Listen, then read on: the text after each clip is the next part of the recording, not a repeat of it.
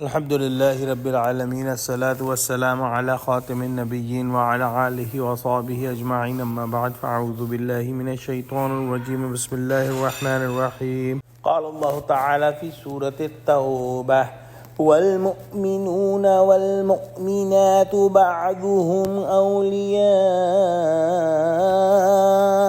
بعض يأمرون بالمعروف وينهون عن المنكر ويقيمون الصلاة ويؤتون الزكاة ويطيعون الله ورسوله أولئك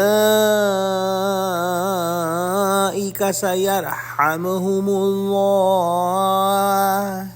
ان اللہ عزیز حکیم۔ ترجمہ: اور مومن مرد اور مومن عورتیں ایک دوسرے کے دوست ہیں کہ اچھے کام کرنے کو کہتے ہیں اور بری باتوں سے منع کرتے ہیں اور نماز پڑھتے ہیں اور زکوٰۃ دیتے ہیں اور خدا اور اس کے رسول کی اطاعت کرتے ہیں۔ یہی لوگ ہیں جن پر خدا رحم کرے گا، بے شک خدا غالب حکمت والا ہے۔ اس رکوع کی ابتدا کے اندر منافقین کے اوصاف بیان ہوئے تھے کہ وہ لوگ جو ہے برائی کا حکم دیتے ہیں اور بھلائی سے روکتے ہیں اور اللہ کی راہ میں خرچ نہیں کرتے۔ یہاں اس آیت میں بطور مقابلہ مومنین کی صفات ذکر کی گئی ہیں، یعنی جبکہ منافقین لوگوں کو بھلائی سے روک کر برائی کی ترغیب دیتے ہیں، مومنین بدی کو چھڑا کر نیکی کی طرف آمادہ کرتے ہیں۔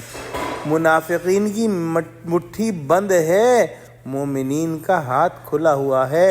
وہ بخل کی وجہ سے خرچ کرنا نہیں چاہتے، لیکن یہ مومنین جو ہیں یہ اموال میں سے باقاعدہ حقوق یعنی زکوٰۃ وغیرہ ادا کرتے ہیں۔ جو منافقین ہیں انہوں نے خدا کو بالکل بھلا دیا۔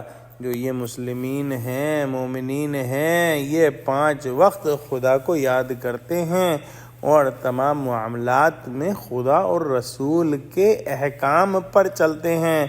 اسی لیے وہ جو منافقین ہیں وہ مستحق لعنت ہوئے، اور یہ مسلمین مومنین جو ہیں یہ اپنے رب کریم کی رحمت خصوصی کے امیدوار ٹھہرے۔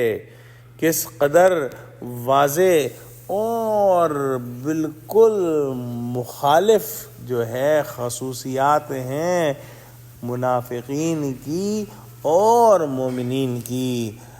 اب ہم کو اپنے اندر یہ خصوصیات جمع کرنی ہیں جن سے ہم پکے مومن بن جائیں اور منافقت کا شائبہ تک ہمارے اندر نہ آنے پائے۔